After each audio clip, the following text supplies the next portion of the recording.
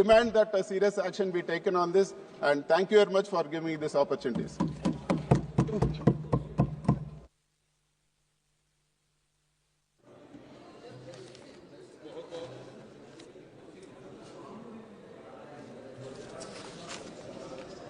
Mike. You start, Mike will be automatically. Thank you. बहुत बहुत धन्यवाद सभापति महोदय। आपने मुझे इस महामहिम राष्ट्रपति जी के अभिभाषण पर बोलने का मौका दिया। मैं महामहिम राष्ट्रपति जी को संयुक्त सत्र को संबोधित करने के लिए संपूर्ण भारत के नागरिकों के तरफ से बहुत बहुत धन्यवाद करता हूं। महोदय, 75 वर्ष के गणतंत्र में हमारे देश की खूबसूरती यह रही है कि हर व्यक्ति का ख्याल रखा गया।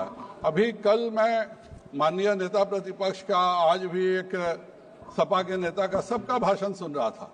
सभी बात कर रहे थे पिछड़ों की, अनुसूचित जाति की, दलितों की, अनुसूचित जनजाति की, महिलाओं की।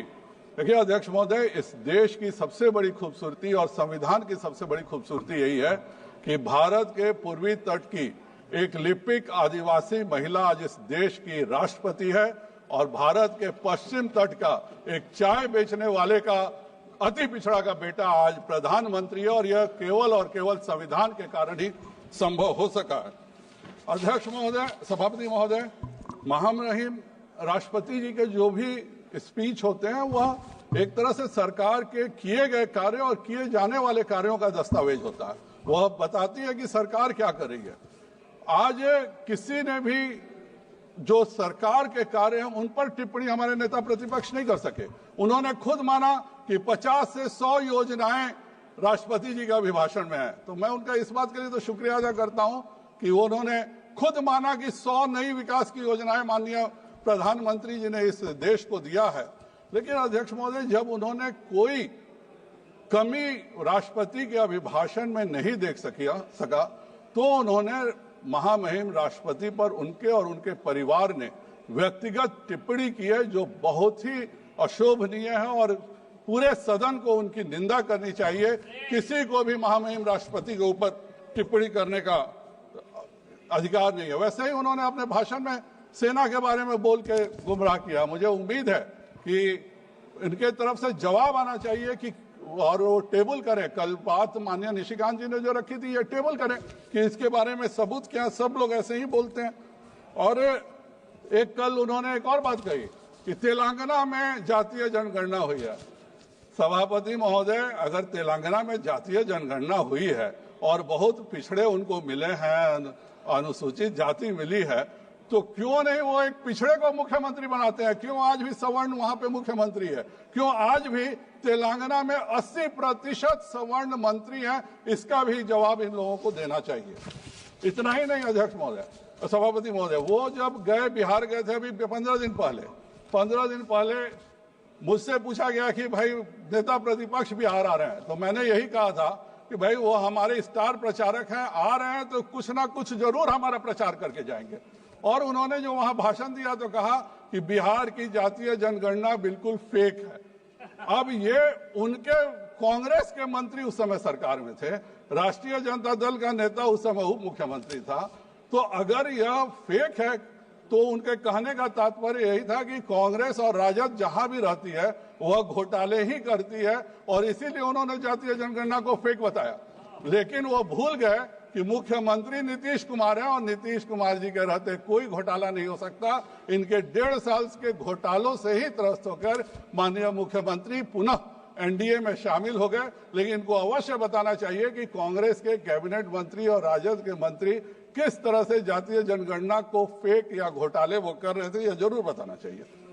अध्यक्ष महोदय, उसी तरह से यह कोई नई बात नहीं है। इनके द्वारा हमेशा एक तरह का गलत प्रचार, दुष्प्रचार, संविधान को रोकने की कोशिश, अनुसूचित जाति को रोकने की कोशिश सदैव से कांग्रेस के द्वारा हुई है। इनके परनाना जब माननीय प्रधानमंत्री थे, इन्होंने जो संविधान के रचयिता थे बाबा साहेब, उनको भी इस संविधान में संविधान की शपथ लेने इस संसद में आने नहीं दिया। हर बार षड्यंत्र करके उनको सदन में रोका गया कि बाबा साहब के द्वारा रचित संविधान से खुद बाबा साहब शपथ नहीं ले सके, इसकी पूरी साजिश इन लोगों ने किया था। इतना ही नहीं, कोई बात नहीं है सभापति महोदय, इतना ही नहीं, संविधान सभा के अध्यक्ष थे डॉक्टर राजेंद्र प्रसाद।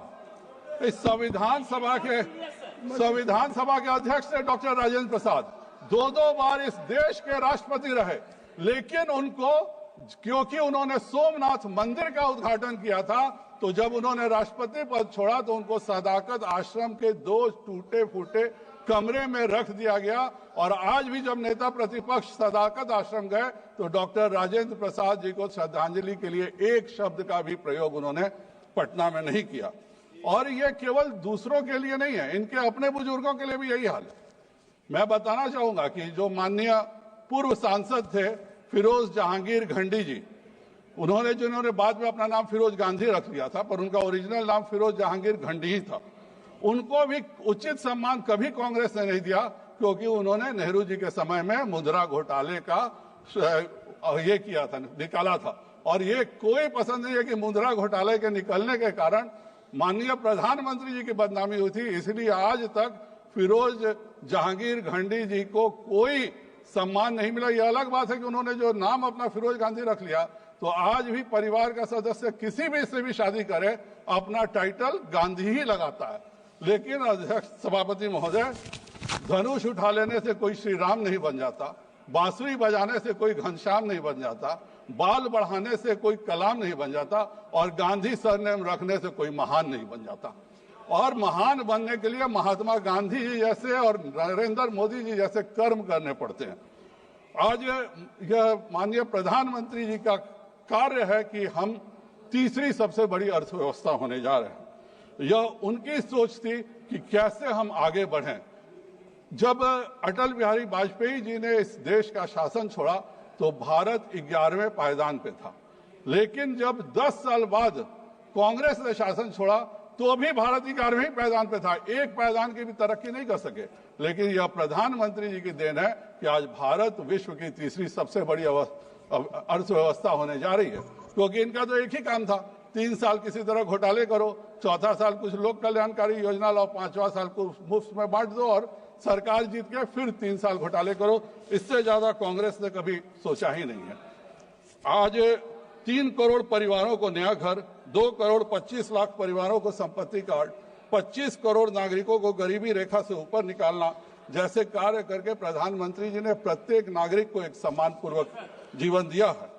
हाँ, देश की राजधानी दिल्ली में आपदा की सरकार होने से जरूर दिक्कत है, लेकिन मैं पूरा विश्वास दिल्ली के नागरिकों को दिलाता हूं कि 8 फरवरी को दिल्ली में भी डबल इंजन की सरकार बनेगी और हर गरीब के, दिल्ली के भी हर गरीब के मकान के सपने को सच होगा।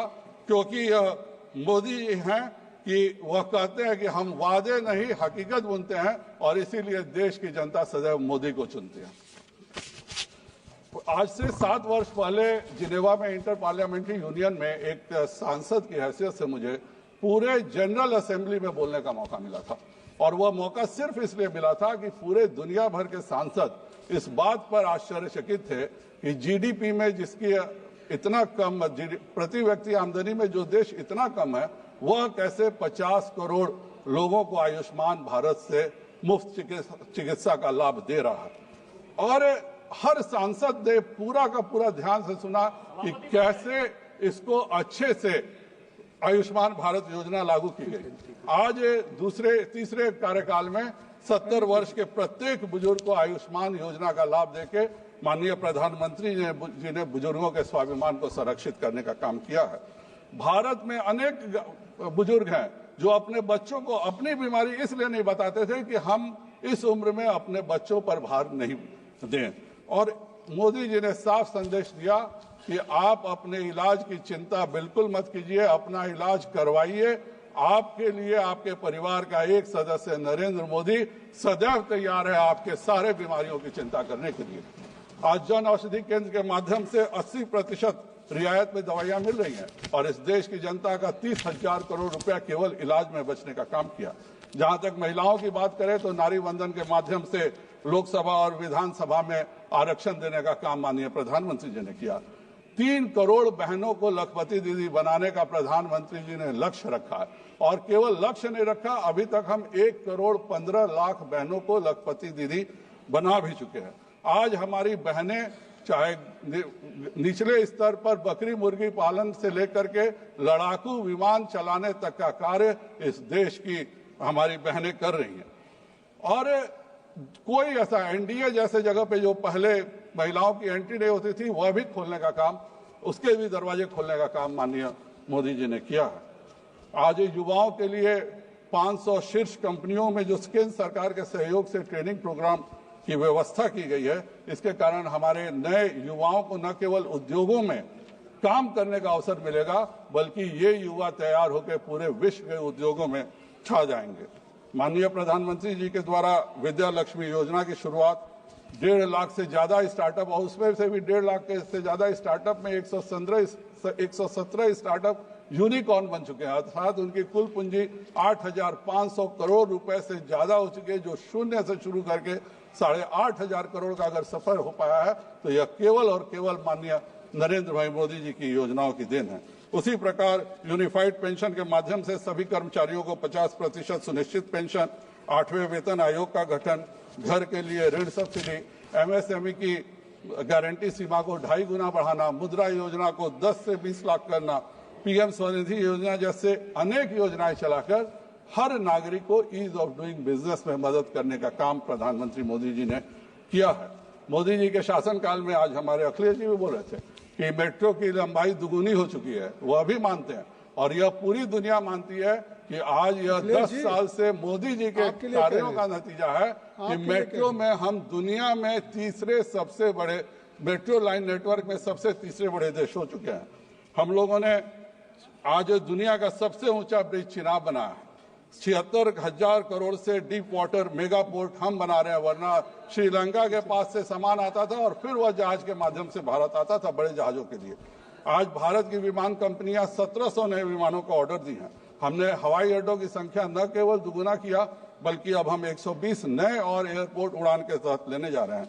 अध्यक्ष महोदय, हरि अनंत हरि कथा अनंता की तरह माननीय प्रधानमंत्री जी के विकास की योजनाएं हैं, और सबका एक ही लक्ष्य है कि 2047 तक भारत को विकसित राष्ट्र बनाना।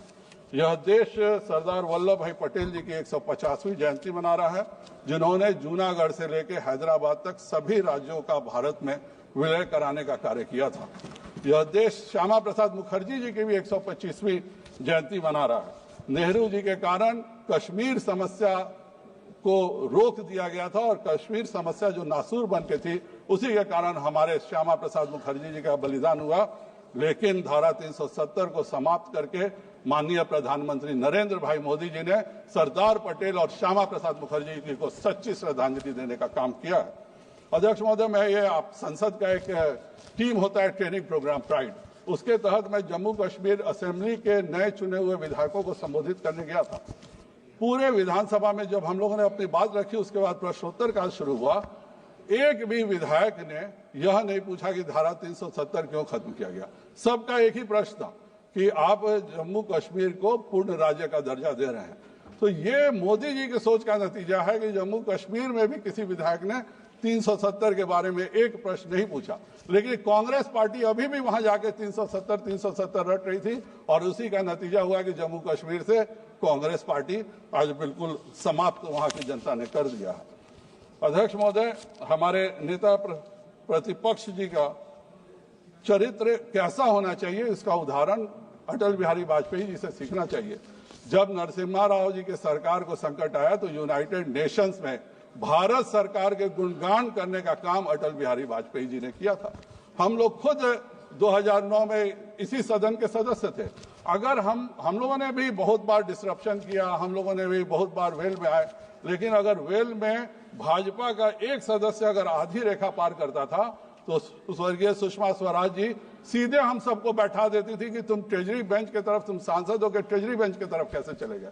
आज तो न नेता प्रतिपक्ष को कुछ समझ में आता है, जो नेता प्रतिपक्ष को समझ में नहीं आएगा तो सांसदों को यह गरिमा नहीं समझ में आती है कि जो भी वेल में शोर भी करना है तो अपने साइड करें, ट्रेजरी बेंच साइड आना एक बहुत ही गलत काम है। तो आज सही अर्थों में नेता प्रतिपक्ष ने, वर्तमान नेता प्रतिपक्ष ने उन सभी नेता प्रतिपक्ष जो पहले रहे, उन सभी को, श्रेष्ठ आत्माओं को शर्मिंदा करने का काम किया है और इसके लिए राहुल गांधी जी को इस सदन में माफी मांगनी चाहिए। महामहिम राष्ट्रपति जी को धन्यवाद देते हुए कि उन्होंने संयुक्त सत्र को संबोधित किया, मैं अपनी बात को समाप्त करता हूं। भारत माता की जय।